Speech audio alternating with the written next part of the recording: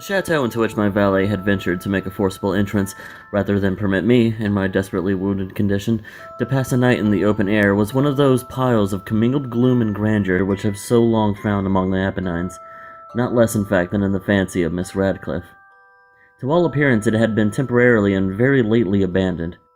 We established ourselves in one of the smallest and least sumptuously furnished apartments. It lay in a remote turret of the building. Its decorations were rich, yet tattered and antique. Its walls were hung with tapestry, and beckoned with manifold and multiform memorial trophies, together with an unusually great number of very spirited modern paintings in frames of rich golden arabesque. In these paintings, which depended from the walls not only in their main surfaces, but in the very many nooks which the bizarre architecture of the chateau rendered necessary, in these paintings my incipient delirium perhaps had caused me to take a deep interest, so that I bade Pedro to close the heavy shutters of the room, since it was already night, to light the tongues of a tall candelabrum which stood by the head of my bed, and to throw open far and wide the fringed curtains of black velvet which enveloped the bed itself. I wished all this done that I might resign myself, if not to sleep, at least alternately to the contemplation of these pictures, and the perusal of a small volume which had been found upon the pillow, and which purported to criticize and describe them.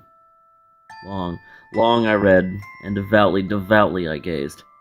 Rapidly and gloriously the hours flew by, and the deep midnight came. The position of the candelabrum displeased me, and outreaching my hand with difficulty, rather than disturb my slumbering valet, I placed it as to throw its rays more fully upon the book. But the action produced an effect altogether unanticipated.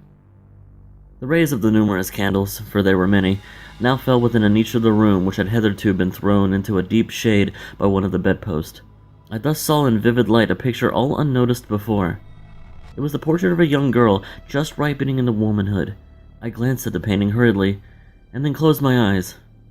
Why I did this was not at first apparent even to my own perception, but while my lids remained thus shut, I ran over in my mind my reason for so shutting them. It was an impulsive movement to gain time for thought, to make sure that my vision had not perceived me, to calm and subdue my fancy for a more sober and more certain gaze. In a very few moments I again looked fixedly at the painting. That I now saw aright I could not and would not doubt, for the first flashing of the candles upon the canvas had seemed to dissipate the dreamy stupor which was stealing over my senses, and to startle me at once into waking life. The portrait, I have already said, was that of a young girl.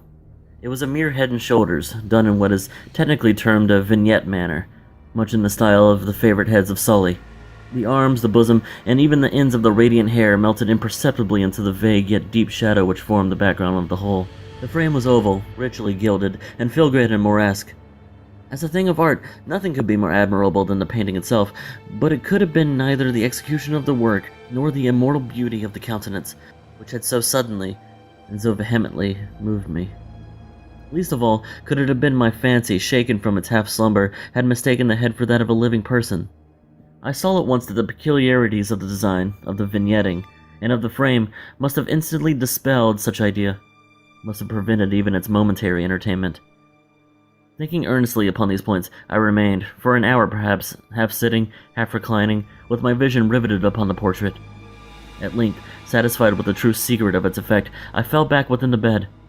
I had found the spell of the picture in an absolute lifelikeliness of expression, which at first startling, finally confounded, subdued and appalled me.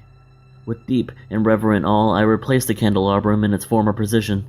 The cause of my deep agitation being thus shut from view, I sought eagerly the volume which discussed the paintings and their histories.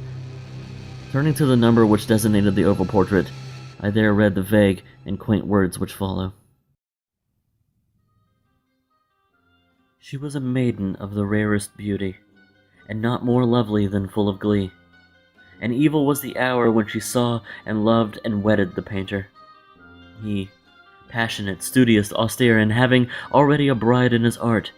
She, a maiden of rarest beauty, and not more lovely than full of glee, all light and smiles, and frolicsome as the young fawn, loving and cherishing all things, hating only the art, which was her rival, dreading only the palette and brushes and other untoward instruments which deprived her of her countenance from her lover.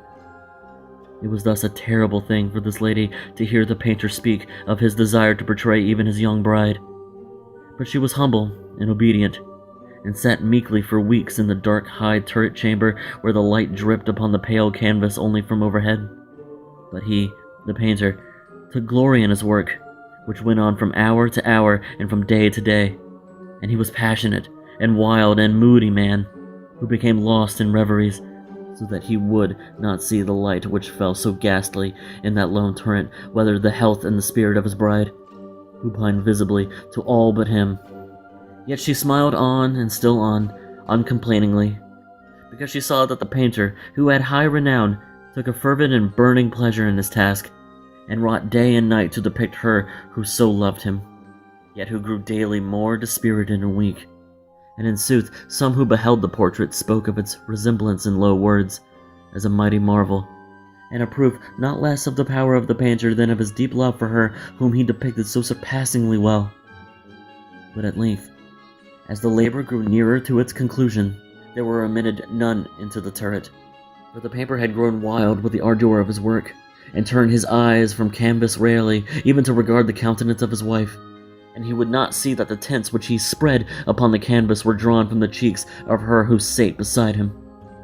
And when many weeks had passed, and but little remained to do, save one brush upon the mouth and one tint upon the eye, the spirit of the lady again flickered up as the flame within the socket of the lamp, and then the brush was given, and then the tint was placed, and, for one moment, the painter stood entranced before the work which he had wrought.